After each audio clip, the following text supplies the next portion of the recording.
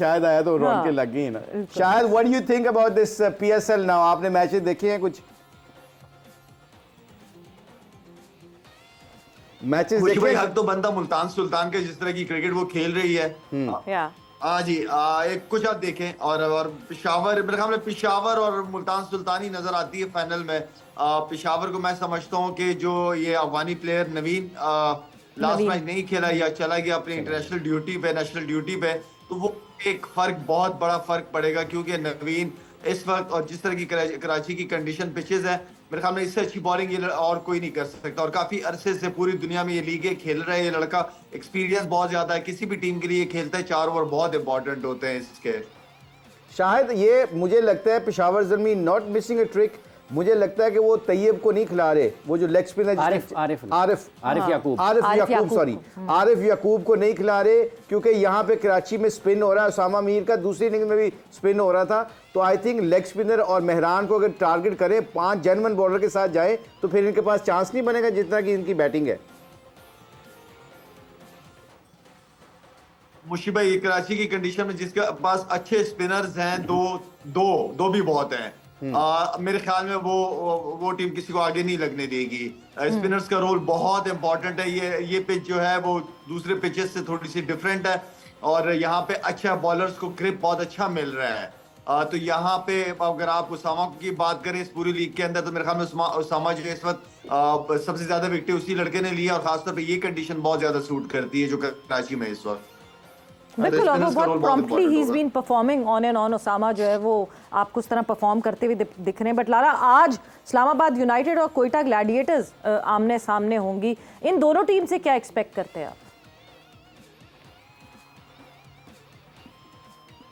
सवेरा, कोयटा ने जिस तरह शुरू किए थे मैचेस, हमारी एक्सपेक्टेशन बहुत ज्यादा बढ़ गई थी कोयटा से, लेकिन बीच में ऐसे ऐसे परफॉर्मेंसेस उनकी रही कि बिल्कुल हैरान रह गए थे हम लोग। या आई मीन के इनके बैट्समैन या इनके बॉलर कर क्या रहे हैं। तो आई मीन जिस तरह लीग शुरू की उन्होंने, उस हिसाब से तो अच्छे लग रहे थे, बल्कि फेवरेट में से नजर आ रहे थे कि क्या पता फाइनल तक ये टीम जो है वो केपेबल है पहुंचने की। और देन इस्लामाबाद से भी आई मीन के लास्ट 2 साल से इस्लामाबाद वो इस्लामाबाद नजर नहीं आ रही जो आनी चाहिए। अब लेट्स सी, ये जो मैच है इंपॉर्टेंट है। दोनों टीमें एक ही, मुझे कुछ ज्यादा फर्क नजर नहीं आ रहा दोनों टीमों के अंदर। और क्योंकि जो ओपनर्स मुनरो और हिल्स, जो एक्सपेक्टेशन थी वो नजर नहीं आ रही। जहां अच्छी बॉलिंग हो, आजम खान थोड़ा सा स्ट्रगल करना शुरू कर देता है। तो आई मीन के दोनों टीम पे बैलेंस है। लेट्स सी किसका कौन कम से कम गलतियां करता है आज के मैच में। वही डिजर्व करेगा जो कम गलतियां करेगा आज के मैच में। लाला, अता साहब ने पूछ ले। जी पूछे। शायद आप, मेरा ख्याल है कोयटा ग्लैडिएटर को एडवांटेज नहीं है कि उनके पास 3 स्पिनर है, और इनके जितने भी बैट्समैन हैं स्वाय शदाब के, किसी को सिंगल नहीं आती, तो उनको कोयटा ग्लैडिएटर के पास ज्यादा चांस है आज 3 स्पिनरों के साथ उन पे टारगेट करने का। मैं मुश्किल आपकी बात को बिल्कुल सेकंड करूंगा। बड़ी जबरदस्त बात की है आपने। आई थिंक ये वो स्पिनर्स का, जिस तरह हम कह रहे हैं कि स्पिनर्स का रोल इंपॉर्टेंट होगा और स्पिनर्स को फायदा उठाना चाहिए, और मेरे ख्याल में कोयटा को ये फायदा उठा लेना चाहिए। लाला, आपके आने से पहले अता साहब कह रहे थे कि अगर तो आजम खान से ओपन करा लिया जाए, पावर हिटिंग की जब हम बात करते हैं, एक पॉइंट पे आपने भी ये रियलाइज़ किया था कि मैं शायद ओपन पे जाऊंगा तो मैं ज़्यादा अच्छा परफॉर्म कर सकूंगा। क्या ये दोनों सिनेरियो सेम है और ऐसा हो सकता है? सवेरा ओपन करना और 5वें 6वें नंबर पे खेलना ना, मेरा मतलब है कि फर्क, बहुत बड़ा फर्क होता है। नया बॉल स्विंग सीम, आप एक ऐसे नंबर पे खेलते हो जहां पे बॉल स्विंग होता ही नहीं है, बिल्कुल फ्लैट मतलब अच्छा बॉल बल्ले पे आता है। देन फिर उसके बाद जो शुरू के 3-4 ओवर जो होते हैं और जो जेन्युइन फास्ट बॉलर बॉल कर रहे होते हैं और अच्छा बॉल कर रहे होते हैं, तो वहां पे बैट्समैन स्ट्रगल कर रहा होता है। अब आई मीन के आजम के लिए ऐसा प्लेयर है कि आप शुरू के 6 ओवर में आप चांस ले भी सकते हो। आता जो बात कर रहा है वो आप चांस ले सकते हो। इजी नहीं होगा आजम के लिए भी। आजम मेरे ख्याल में कंफर्टेबल फील करेगा 5वें 6वें नंबर पे ही खेलना। लेकिन T20 के अंदर आप चांसेस ले सकते हैं। जब चांस लेने में कुछ ऐसा नहीं है, लेकिन ऑलरेडी आप चांस ले रहे हो, शायद आप चांस लेते हैं ऊपर नंबर पे चला जाता है, तो मेरे ख्याल में एक बैट्समैन की आपको नीचे जरूरत पड़ती है आजम खान जैसे बैट्समैन की बीच में 5वें 6वें पे। बिल्कुल ठीक।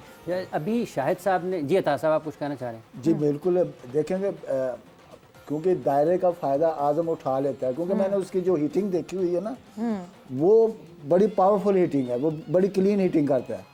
तो मैं उस वजह से कह रहा था, जब छठे नंबर पे होता है ना तो फील्डिंग खुली होती है, तो उसकी फिर वो जब एक हिट लगाता है, जब एक जब मिस एक या दूसरी अच्छा, इसमें जो अता कह रहे हैं ना, हो जाती है, तो वो उस ये लॉजिक मेरी वो थी कि अच्छा। इसमें दायरे का वो फायदा उठा सकता है। जी मुश्ताक, मगर इसमें जो अता कह रहे हैं ना, ये बात की जा सकती है, मगर शायद का इनके पास 5वें 6ठे नंबर पे बैट्समैन कौन है आजम के अलावा? पॉइंट तो ये भी है नहीं, इससे ऑलराउंडर्स उनके शुरू नहीं, मगर सबसे इंपॉर्टेंट बात जो शाहिद ने बात की है ना, शाहिद ने ये बिल्कुल सही की है। नया बॉल खेलना आसान नहीं होता, जितनी मर्जी आप स्ट्राइकर हो, ये साइकोलॉजिकल इफेक्ट पड़ता है। हल्का सा गेंद एक दो बार हिलता है, आप जब यूज टू नहीं होते। तो आजम खान की स्ट्रेंथ है 5वें नंबर पे है। हाँ, कभी इस एक्सपेरिमेंट को करने के लिए एविडेंस चाहिए होता है, और एविडेंस आप लीग मैचों में अगर एक दफा आजम को भेज के ऊपर देखते क्या क्या वो कर सकता है, कंफर्टेबल है कि नहीं है। क्योंकि एज शाहिद सैद इसने भी पाकिस्तान से ओपन की हुई है, नया बॉल भी खेला है, 6ठा नंबर भी शायद खेला हुआ है। तो नया बॉल खेलना आसान नहीं होता, psychologically you need to have that evidence कि मैं कर सकता हूँ। अगर उसने नहीं किया होगा तो फिर मुश्किल होगा। और नॉकआउट स्टेज पे तो आप ये बिल्कुल भी चांस नहीं ले सकते। हर कोई शाहिद अफरीदी नहीं होता। हर कोई शायद अफरीदी नहीं होता। हाँ, जितनी हिटिंग, जितनी परफॉर्मेंस शाहिद भाई ने दी हुई है। सवेरा आप अगर ओपन करते हुए आ रहे हो ना, कंटिन्यू ओपन करते हुए आ रहे हो, तो 5वें 6ठे नंबर पे आप अपने आप को एडजस्ट कर जाते हो। लेकिन आप 5वें 6ठे नंबर पे खेलते आ रहे हो, क्रिकेट आपने शुरू की, फिर आप अचानक ओपन, वो थोड़ा सा फिर आप मुश्किल एक स्टेज होती है आपकी। एकदम से नई बॉल को फेस करना एक मुश्किल नॉकआउट होता से है। मुश्ताक साहब, अभी जो शाहिद साहब ने बात की कि जब अच्छी बॉलिंग होती है तो आजम को मुश्किलात आती हैं, आप समझते हैं कि इंटरनेशनल लेवल पर जब वो गए, एक ये वाला फ़र्क उनकी नाकामी की वजह बना आपके ख्याल में? आई थिंक क्योंकि वो आजम बच्चा है अभी, और उसने फर्स्ट क्लास मैचेस इतने नहीं खेले हुए। आई थिंक 15-20 मैचेस खेले होंगे। उसको सीखना है ये कि जब आजम आता है कि उसको बाउंसर पे बॉल करते हैं, लेंथ बॉल करते हैं, उसकी बॉडी की तरफ बॉल करते हैं। मैंने नोट किया, ये शायद बिल्कुल सही कह रहा है कि जैसे ही आजम आता है ना, तो वो अपने मेन बॉलर को ले आते हैं जो फास्ट बॉलर होता है। Yes. तो उसको उसकी बॉडी पे टारगेट करते हैं ताकि आजम को, ये छक्का मार लेता है वो भी, मगर उसको अनकंफर्टेबल करने का तरीका यही है। आजम के लिए बहुत अच्छा एक प्लान होना चाहिए पीएसएल के बाद। He should go in first class cricket and play lots of first class matches. वहाँ पे उसको बाउंसर भी होंगे, हर मुश्किल कंडीशन से खेलना भी पड़ेगा। जब वो वहाँ से सीख लेगा, फिर उसके लिए 2020 में खेलना आसान होगा। कितना बच्चा है अभी वो? तो ये जरूर आई थिंक क्या है, 25-26 साल का होगा। हाँ? आजम हाँ। 25-26 साल, 25 साल 26 आई गेस। बट उसके क्रिकेटिंग पॉइंट ऑफ व्यू से बच्चा है। बच्चा है क्योंकि क्रिकेट में आपने कई बच्चे 17-18 साल के भी फर्स्ट क्लास खेल लेते हैं। आजम ने बहुत लेट क्रिकेट शुरू किया फर्स्ट क्लास में। बिल्कुल। तो आई थिंक जैसे फर्स्ट क्लास क्रिकेट खेला, उसके बाद उसने कैरिबियन में जाके बहुत अच्छा खेला है वो। Yes. क्योंकि first class cricket longest sixes Caribbean में जाके, जहाँ पे हम कहते हैं कि जी छक्के लगाने वाले ये जितने सारे इनके बैटर्स हैं। बट यस, वक्त अब हुआ है मेरा फेवरेट टाइम, जहाँ पे एनालिस्ट प्रेडिक्शन होती है। इस प्रेडिक्शंस की तरफ मूव ऑन करते हैं। क्या थी कल की प्रेडिक्शंस और आज की प्रेडिक्शंस पे फिर आगे जाएंगे। मुल्तान सुल्तान्स वर्सेस पेशावर ज़ल्मी। अता साहब आपसे शुरू करेंगे। Peshawar Zalmi is upper hand. आप Peshawar Zalmi. Another vote for Peshawar Zalmi. मेरा ख्याल है कि मुल्तान सुल्तान ने ये मैच जीतना है और इसके बाद फाइनल तक पेशावर ज़ल्मी ने जीतना है। Multan Sultans would be winning tonight's match. Your prediction. I think Peshawar Zalmi. हाँ जी, हाफिज हाई फाइव। हाँ जी। तो जनाब यस, मुल्तान सुल्तान जो है वो फाइनलिस्ट बनी पहली PSL 9 की। आज की प्रेडिक्शन लाला आपसे शुरू करूंगी। Islamabad United versus Quetta Gladiators.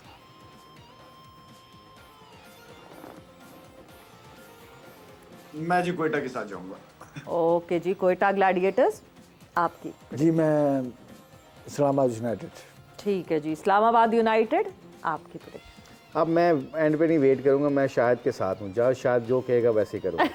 Quetta Gladiators. Gladiators. ठीक है जी, पीजे मीर साहब। मैं दोनों के साथ। दोनों के साथ। स्पिनर्स की वजह से मुशी भाई।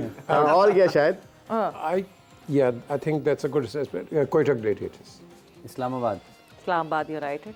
एंड यस इस्लामाबाद यूनाइटेड ऐसा लगता है कि बाजी मार जाएगी और आगे चली जाएगी बिकॉज पिछला जैसे मैच था कोयटा ग्लैडिएटर का, बट यू नेवर नो।